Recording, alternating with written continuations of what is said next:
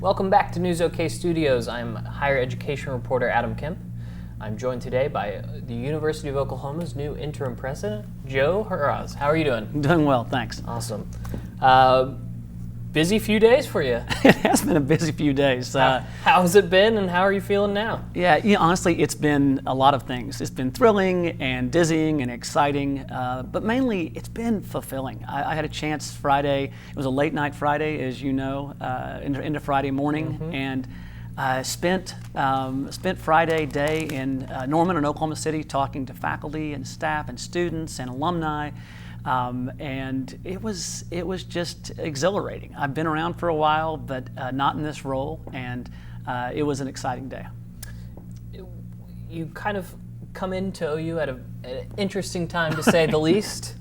Do you have a list of priorities that you're kind of most interested in tackling? Yeah, I mean, one thing that I think is critical is to know that what an incredible place it is. It's one of the nation's great public universities, and so there's so much that goes on that is so exciting. Obviously, it's been a rough last year. We've been through a lot, but when I look at it right now, there's no question our best days are ahead of us. And so what are those things that are our priorities?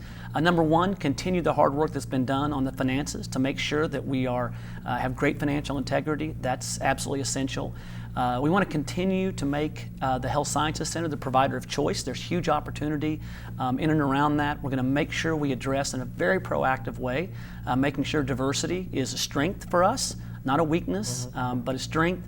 Also want to make sure that in Oklahoma and well beyond, that we make sure we can expand OU, the OU education, the OU brand, to make it more available to the state and across the globe. So, and also when you look at those areas that there's exciting things going on, you look at aerospace at OU, you look at computer science, native peoples, quantum physics. There is so much going on right now in terms of opportunity to be the best university for our students and for our state. You've been Dean of Law School now for 7, 8 years? 9 years. 9 years, okay. Yeah. It seems like every time I'm turning around, you guys are being named another top 10 law school or best value law school. How do you take some of those aspects of a successful law school and apply it to a full university? Yeah, I think there are a lot of things at the law school that have gone right because we have amazing people. And the great thing is we have those same people across the university.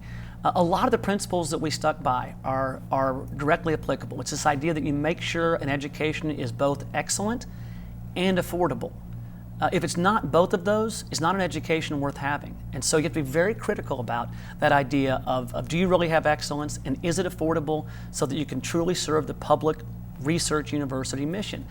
Focusing on being excellent in research. We talk about doubling research, and when I talk about priorities, I should have spoken to doubling research. That's the one that I left out.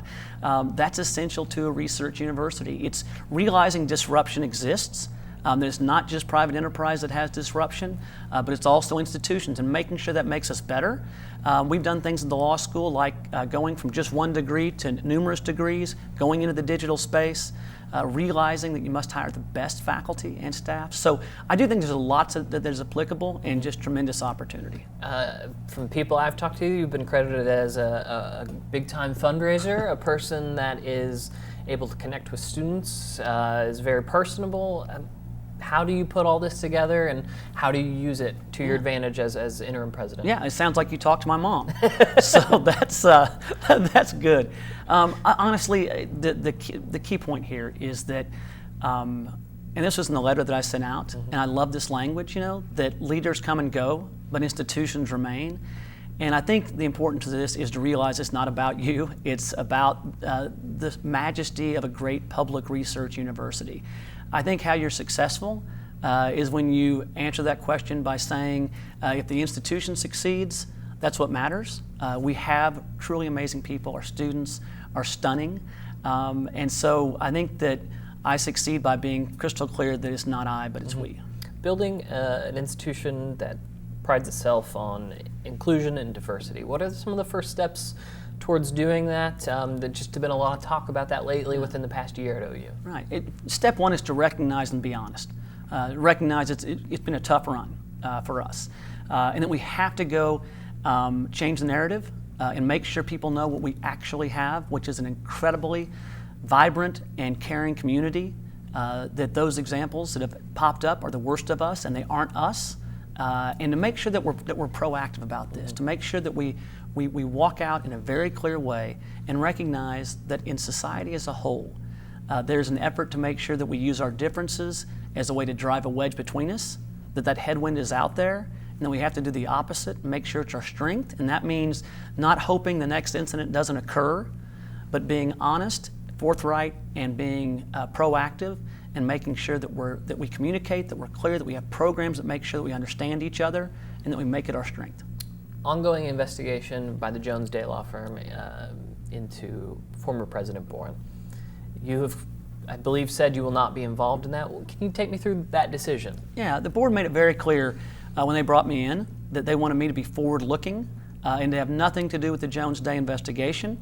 They were going to handle that, and my job was to make sure that I focused forward and moved the institution forward. So I'll have no involvement or engagement on that at any level. We talked just briefly about enforcing what you value at OU.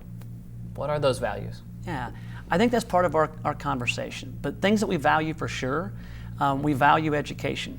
We value the creation of knowledge. We value individuals, right? We value societies and communities. We value the ability to become leaders. And one of the things we all have in common for all of our students is they become citizen leaders. And so part of that is what we value is being able to understand someone who's not like you. Not that you agree with them, but that you actually go in, listen to them, don't shout at them, but you listen to them, you consider it as it relates to your own beliefs, and then whatever your conclusions, you communicate in a way that's civil and clear, and that you have empathy for people. And I think these are the values that define great people and great institutions, and those are the values that we have. He's new OU's Interim President Joseph Harroz.